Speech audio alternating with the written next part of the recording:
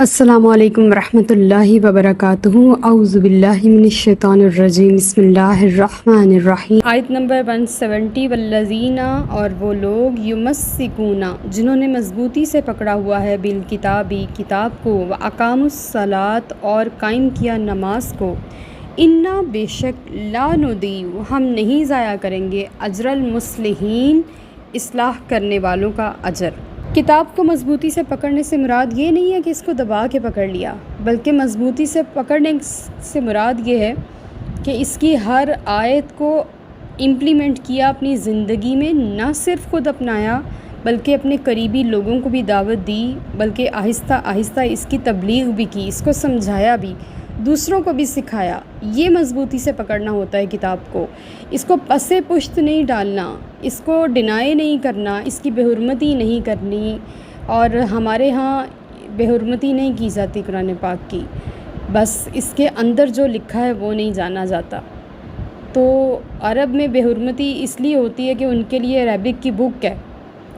لیکن وہ اس کے اندر جو موجود ہے وہ اس کو جانتے ہیں، کیونکہ یہ ان کی اپنی زبان ہے، اور ہمیں اس کی زبان سیکھنے کے لیے کسی استاد کی ضرورت ہے، اور ہمیں اس کے اندر گھسنے کی، اس کے اندر غرق ہونے کی، ڈوبنے کی ضرورت ہے۔ اور پہلے تو اس کو اچھے طریقے سے ادائیگی لفظ کا دھیان رکھتے ہوئے اس کے ایک ایک لفظ کو اچھے طریقے سے ادا کرنا سیکھنا، اس کے تلفظ میں جانا، اس کی تجوید میں، اس کی قرات میں، اور اس کے سارے امور کو جاننا ضروری ہے۔ پھر اس کے بعد اس کی آیات کا فہم حاصل کرنا ضروری ہے، اس کی آیات میں ڈوبنے کا، اور اس کو اپنے اوپر نافذ کرنے کا، اور اس کے اوپر عمل کرنے کی ضرورت ہے۔ اور پھر جب کتاب پکڑ لی تو پھر اس کے اندر 700 بار نماز کا ہی تذکرہ ہے، اقاموا الصلاۃ، اقیموا الصلاۃ، نماز قائم کرو، نماز قائم کرو۔ اور کہیں بھی ایک جگہ پہ بھی ایسا نہیں ہے کہ جہاں پہ اللہ پاک نے پوری نماز لکھ دی ہو کہ یہ یہاں سے لے کے یہاں تک آپ کی نماز ہے، اور آپ نے اس اسٹیپ کو اس طرح سے ادا کرنا ہے۔ کہیں بھی ہمیں اس کی ڈیٹیل نہیں ملتی پورے قرآن پاک میں، سوائے اقاموا الصلاۃ کے، ایک پوائنٹ کے، ایک ایگزیجریشنز کے، ایک اللہ تعالیٰ کی طرف سے ہمیں آزمانے کے لیے، جھڑکنے کے لیے، اللہ تعالیٰ کی طرف سے ہماری اصلاح کے لیے بار بار ہمیں نماز کا حکم دیا جاتا ہے۔ اور جو اس کی ساری ڈیٹیل ہے وہ حضرت جبرائیل امین نبی کریم صلی اللہ علیہ وسلم پر وحی خفی کی صورت میں لے کر آئے تھے، جو قرآن کا حصہ تو نہیں بنی، لیکن حضور کو اللہ پاک نے سکھا دی، اور وہ ساری نماز وہی ہے جو ہمیں حضور سے ملتی ہے۔ تو حدیث اور سنت اس لیے بھی ضروری ہے کہ ہمارے سارے امور ان کے ذریعے سے حل ہوتے ہیں۔ قرآن پاک میں جن چیزوں کا اجمالاً ذکر ہے، احادیث میں ان کا تفصیلاً ذکر ہے۔ تو اس لیے نماز کو قائم کرنا، اور نماز کو خشوع و خضوع کے ساتھ اس کے مقرر وقت پر ادا کرنا، ساری رکعتیں ادا کرنا، اور اس میں اپنے دل کو اور اپنی زبان کو اپنے رب کے سامنے رکھنا، اور اس کے معنی اور مطالب پہ غور کرنا، اور یہ اصل میں نماز ہے۔ اور اللہ تعالیٰ فرما رہے ہیں جو نماز کو اس انداز سے قائم کرے گا تو ہم کبھی بھی اصلاح کرنے والوں کا اجر ضائع نہیں کرتے۔ اگر کوئی شخص کاربند رہتا ہے اللہ تعالیٰ کے احکامات پر، تو اگر ان کے باوجود کے اعمال برے بھی ہیں نا، تب بھی اس بندے کے اعمال رد نہیں کیے جائیں گے، اس کو اس کا اجر ضرور ملے گا۔ آیت نمبر 171، وَإِذْ نَتَقْنَا الْجَبَلَ، اور جب ہم نے اٹھایا پہاڑ کو، لَفَوْقَهُمْ، ان کے اوپر، كَأَنَّهُ، گویا وہ، ظُلَّةٌ، سائبان ہے، سایہ ہے، وَظَنُّوا، اور خیال کرنے لگے، أَنَّهُ، کہ بے شک وہ، واقع بہم، ان کے اوپر ضرور گر پڑے گا، خذوا، پکڑ لو، ما آتیناکم، جو ہم نے تمہیں دیا، بقوۃ، مضبوطی سے، واذکروا، اور یاد رکھو، ما فیہ، جو اس میں احکامات ہیں، لعلکم تتقون، تاکہ تم پرہیزگار بن جاؤ۔ اب اس آیت میں اللہ تعالیٰ نے حضرت موسیٰ علیہ السلام کی قوم کا وہ واقعہ، جب انہیں کوہ طور میں توریت مل رہی تھی اور وہ اس کو لے نہیں رہے تھے، تو وہ واقعہ پیش آیا کہ اللہ پاک نے کوہ طور کو ان کے اوپر نافذ کر دیا۔ حضرت جبرائیل امین کو اللہ پاک نے حکم دیا کہ وہ پہاڑ کو اٹھائیں اور ان کے سر کے اوپر کھڑا کر دیں۔ اب اتنا بڑا پہاڑ روئی کے گالے کی طرح ان کے سر کے اوپر کھڑا تھا، اب دیکھیں نطق نا ہے، نا کا مطلب ہم نے کیا، حالانکہ اللہ پاک نے خود نہیں کیا، جبرائیل امین سے کروایا، لیکن نسبت اپنی طرف کر دی کہ جبریل نے جو کیا ہے وہ ہم نے ہی بھیج کے اس سے کروایا ہے۔ اور پھر وہ سائبان کی طرح، ایک سائے کی طرح ان کے اوپر تھا، اور انہیں حکم تھا کہ اٹھاؤ توریت کو اور اس کے اندر جو احکامات ہیں اور اللہ کو سجدہ کرو۔ تو وہ لوگ اتنے ڈھیٹ تھے جنہوں نے گائے کی پوجا کی تھی، وہ نہیں مان رہے تھے، پہاڑ کو سر کے اوپر نافذ دیکھ کر بھی نہیں مان رہے تھے۔ اور پھر بالآخر کچھ لوگوں نے سجدہ کیا تو اس انداز سے سجدہ کیا کہ اپنا ایک آنکھ جو تھی وہ زمین پر رکھی سجدے میں، اور دوسری آنکھ سے وہ پہاڑ کو دیکھ رہے ہیں کہ یہ ہمارے اوپر گر تو نہیں جائے گا۔ اب یہ موسیٰ علیہ السلام کی قوم ہے کہ جن کی یہ حالت ہے کہ ایک سجدے کا حکم ہوا اور وہ کر نہ پائے، اور نبی کریم صلی اللہ علیہ وآلہ وسلم کے جان نثار صحابہ کرام اور اہل بیت کرام کس انداز سے حضور کے ایک ابرو کے اشارے پہ اپنی جانیں پیش کرنے پر حاضر تھے۔ تو کیا مقام اور مرتبہ ہے ان کا، اور کیا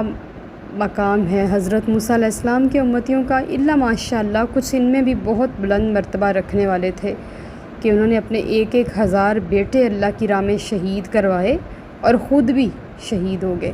اس طرح کے بھی ان کی قوم میں اللہ پاک نے بنی اسرائیل میں لوگ پیدا کیے، اور بعض عبادات میں اتنے زیادہ چلے گئے تھے کہ وہ 300 سال 400 سال تک بھی عبادات میں مشغول رہے، انہیں کھانے پینے پہننے اوڑھنے کا بھی ہوش نہیں رہا۔ اس طرح کے بھی آپ کی قوم میں افراد ہوئے ہیں، لیکن یہ جو لوگ کوہ طور پہ توریت لینے گئے تھے ان کا معاملہ کچھ اور تھا۔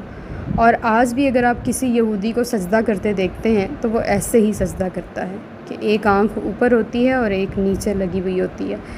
اور یہ ان کے اوپر زبردستی نافذ کیا گیا تو انہوں نے اپنی توریت کو پکڑا، اور انہیں اللہ پاک نے حکم دیا کہ جو اس میں احکامات ہیں،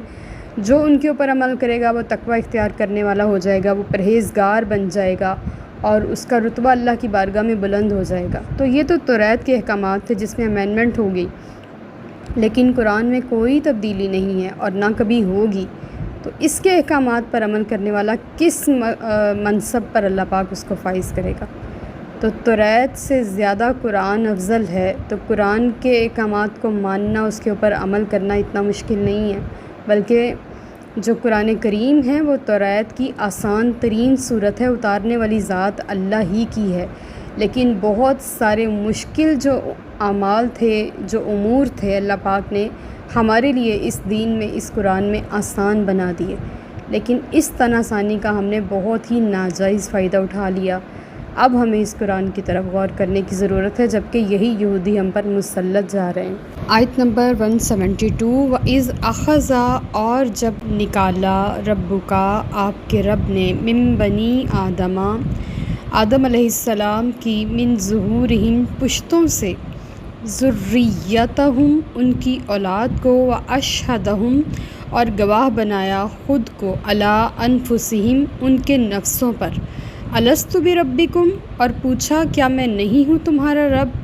قالوا، تو بولے، بلا، ہاں، شہدنا، بے شک تو ہمارا رب ہے، ہم نے گواہی دی، ان تقولوا، کہ کہیں تم یہ نہ کہو، یوم القیامتی، قیامت کے دن، انا کننا، کہ ہم تو ان ھذا غافلین، اس سے بے خبر تھے۔ اس آیت میں قرآن پاک میں اللہ پاک نے آدم علیہ السلام کی پشت میں سے ساری اولاد کو حاضر کرنے کا واقعہ یہاں بیان فرمایا ہے۔ علامہ قرطبی فرماتے ہیں کہ یہ قرآن پاک کی مشکل آیات میں سے ایک ہے، اور کچھ سوال و جواب ہیں، اور بعض لوگ یہ کہتے ہیں کہ آدم کی ساری اولاد کو جمع کر کے ان سے سوال پوچھا گیا اور انہوں نے جواب دیا بلا۔ بعض کہتے ہیں کہ یہ کلام جو ہے بطور تمثیل، یعنی کہ مثال کے طور پہ ذکر کیا گیا ہے۔ علامہ بیضاوی کا جو میلان ہے وہ بھی اسی طرف ہے، وہ کہتے ہیں کہ اللہ تعالیٰ نے اپنی ربوبیت کی روشن دلیلیں ان کے لیے قائم کر دیں، اور ان کو اتنی سمجھ عطا فرما دی کہ وہ ان دلائل کے پیش نظر اس کی الوہیت کا اعتراف کریں۔ گویا ان سے پوچھا جا رہا ہے کہ کیا میں تمہارا رب نہیں ہوں، اور وہ اعتراف کر رہے ہیں۔ لیکن سلف صالحین کا مسلک ہے کہ اس آیت کی صحیح تفسیر وہ ہے جو نبی کریم صلی اللہ علیہ وآلہ وسلم کی احادیث مبارکہ سے ثابت ہے۔ حضرت عمر رضی اللہ تعالیٰ عنہ نے ایک دفعہ نبی کریم صلی اللہ علیہ وآلہ وسلم سے اس آیت کا مطلب پوچھا، تو حضور نے فرمایا کہ جب آدم علیہ السلام کی تخلیق ہوئی تو اللہ تعالیٰ نے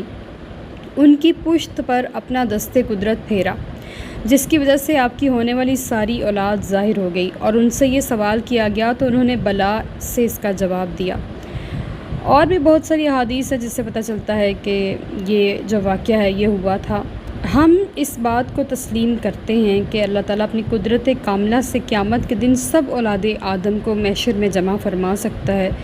تو پھر وہ آدم علیہ السلام کی پشت سے ان کی اولاد بھی جمع کر سکتا ہے اور ان کو اپنی بارگاہ میں پیش کر سکتا ہے۔ علامہ قطب الدین شیرازی نے بڑی عمدہ بات کی ہے۔ انہوں نے فرمایا کہ وہ فرماتے ہیں کہ اللہ تعالیٰ نے اولاد آدم سے 2 وعدے لیے ہیں، ایک حالی اور دوسرا مقالی۔ حالی میثاق تو یہ ہے کہ اس کی فطرت میں عقیدہ توحید کی طرف جب ملان رکھ دیا ہے، اس کی وجہ سے اس کے باطن میں جو چراغ روشن کر دیے ہیں وہ اپنی زبان حال سے بلا کہہ رہے ہیں۔ اور دوسرا میثاق وہ تھا جس کا ذکر حدیث پاک میں ہے، جو الست کے دن اللہ پاک نے وعدہ لیا تھا۔ اور واقعہ کچھ یوں تھا کہ اللہ پاک نے آدم علیہ السلام کی پشت سے جب ساری جو ان کی اولاد تھی ان کو چیونٹیوں کی شکل میں ظاہر کر دیا تھا اور ارد گرد پھیل گئی تھیں، تب اللہ تعالیٰ نے ان سے پوچھا تھا الست بربکم۔ ابھی ہم نے پڑھا نا کہ انہوں نے اللہ تعالیٰ نے ان کو اپنی قدرت کی ایسی نشانیاں دکھا دی تھیں کہ وہ اللہ سے مرعوب ہو کے، اس کی نشانیوں سے مرعوب ہو کے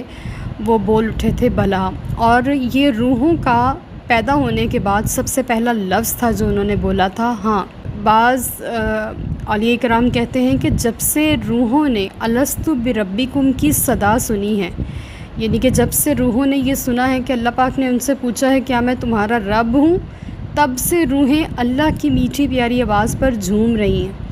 اور یہ آج بھی ہم دیکھتے ہیں کہ کچھ روحیں، کچھ لوگ اللہ کی کائنات میں ایسے ہیں کہ جب ان کے سامنے اللہ کا نام لیا جاتا ہے تو وہ وجد میں آ جاتے ہیں اور وہ اپنے رب کو دل کی اتھاہ گہرائیوں سے پکارتے ہیں اور ان کے رونگٹے کھڑے ہو جاتے ہیں اور ان کے دل کی جو دھڑکن ہے وہ تیز ہو جاتی ہے اور وہ اپنے حال سے غافل ہو جاتے ہیں، بیگانہ ہو جاتے ہیں۔ اس انداز سے وہ اپنے رب کو یاد کرتے ہیں۔ تو یہ وہ روحیں ہیں جو اللہ کی میٹھی پیاری آواز سن کے جھومنے لگ گئی تھیں۔ اور ایک چیز جو آج ہم نوٹس کرتے ہیں کہ اللہ پاک نے یہاں فرمایا ہے کہ جب بنی آدم سے ساری ان کی اولاد کو جمع کیا اور ان کے نفسوں کے اوپر خود گواہی دی کہ اللہ تعالیٰ نے ان سے جب سوال کیا تو کہ میں کیا تمہارا رب ہوں، تو انہوں نے کہا ہاں۔ اور پھر انہوں نے کہا کہ اس لیے میں گواہی دے رہا ہوں کہ کل قیامت والے دن تم یہ نہ کہو کہ ہمیں تو کسی نے نہیں بتایا کہ تو ہمارا رب ہے۔ اب روحیں جب اس دنیا میں آ گئیں تو وہ اس وقت کو بھول گئیں جب وہ واپس جسم اور روح کا کنیکشن ختم ہو جائے گا اور وہ واپس اس مقام پر چلی جائیں گی جہاں سے وہ آئی تھیں، اور وہ روحوں کے عالم ارواح میں جا کے باقی روحوں سے ملاقات کریں گی، تب انہیں یاد آئے گا کہ ہم تو یہاں سے گئی تھی اور یہاں پہ ہمارے رب نے ہم سے سوال کیا تھا کہ کیا میں تمہارا رب ہوں، اور یہاں پہ ہم نے ساری روحوں کے ساتھ ایک آواز ہو کے بلا کہا تھا۔ اور اس میں سب مسلمانوں کی روحیں بھی شامل تھیں، کافروں کی روحیں بھی شامل تھیں، مرتدوں کی بھی شامل تھی، یعنی کہ اسلام لا کے پلٹنے والوں کی بھی روحیں شامل تھیں۔ اس چیز سے ثابت ہوتا ہے کہ انسانی طبیعت کے اندر یہ رجحان اللہ نے اس وقت ڈالا تھا۔ تبھی تو آج اگر کوئی کافر اسلام کی حقانیت کو دیکھتا ہے تو ایمان لے آتا ہے توحید کی وجہ سے، کہ اس کے اندر اللہ پاک نے جو اس کی روح کو سکھایا تھا جسم میں ڈھالنے سے پہلے وہ اسے یاد آ جاتا ہے، اور کہیں کنیکشن مضبوط ہوتا ہے تو وہ اسلام قبول کر لیتا ہے۔ تو یہ بات جو ہمارے ذہنوں سے آج محو ہو چکی ہے وہ ہمارے ذہنوں میں تب آ جائے گی۔ اس کی ایک مثال آپ کو یوں دیتے ہیں کہ جب بندے کی پالشنگ ہوتی ہے نا، جیسے جب بچہ اسکول جاتا ہے اور اس کو استاد پالش کر دیتے ہیں تو صلاحیتیں پہلے سے ہی اس کے اندر موجود ہوتی ہیں، استاد نے صرف ان کو دیکھ پرکھ کے ان کو سنوارا ہوتا ہے اور وہ بن جاتا ہے۔ ایسے ہی ایک آدمی تیر بھی نہیں سکتا اور ہوا میں اڑ بھی نہیں سکتا، لیکن اگر کوئی ان کی مناسب تربیت کرے تو وہ ایک اچھا تیراک تو بن جائے گا، لیکن لاکھ کوشش کر لے وہ ہوا میں اڑ نہیں سکے گا۔ بس اللہ نے تیرنے کی صلاحیت رکھی ہے، ہوا میں اڑنے کی نہیں رکھی۔ تو جو وعدہ ہم بھول چکے ہیں نا، وہ ہمارے اندر کہیں سمایا ہوا ہے، اور اگر کوئی چھیڑ دینا اس تار کو